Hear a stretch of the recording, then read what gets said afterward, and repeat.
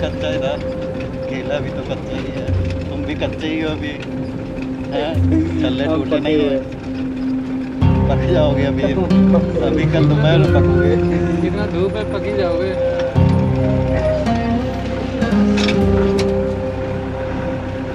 Our journey has started for the run of Kutch. Let's see how we can go ahead. It might take 3 hours of time period. Let's see how it goes. We have Manoj in his colorful andaz, and there is our Naveen Tripathi. उनका नजरें road पर है, idealizing someone, I guess. I am just waiting for my. I need a bed to sleep right now. I need a bed to sleep.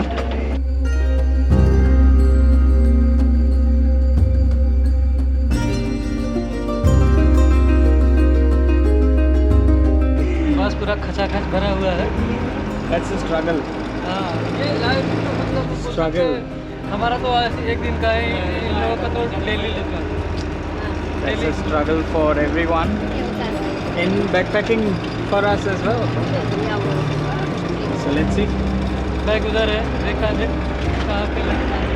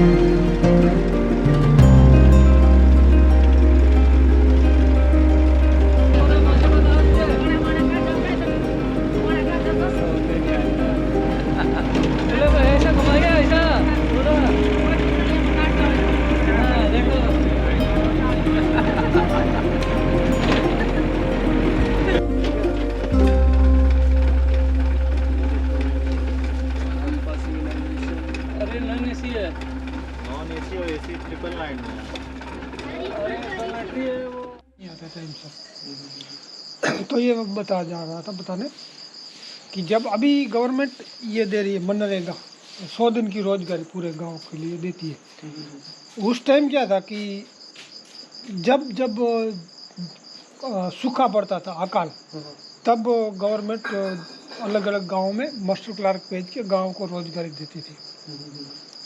और जो स्थानीय लोग होता, जो 10 पास है, 5 पास है, 6 पास है, कुछ लिख सकता, उनको मास्टर क्लार्क रखते थे।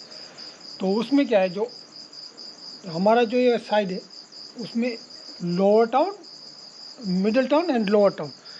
तो आप कल देखेंगे तो लोअर टाउन है ना, उसके बिल्कुल छू के एक बांध है, तालाब का बांध है। वो तालाब में मेरे पिताजी शंभुदान गढ़वी मास्टर क्लार्क थे। हाँ, तो उसमें से जो बड़े बड़े पोट्स मिल रहे थे, चॉट ब्लेड, टेराकोटा केक, ये सब मिल रहे थे।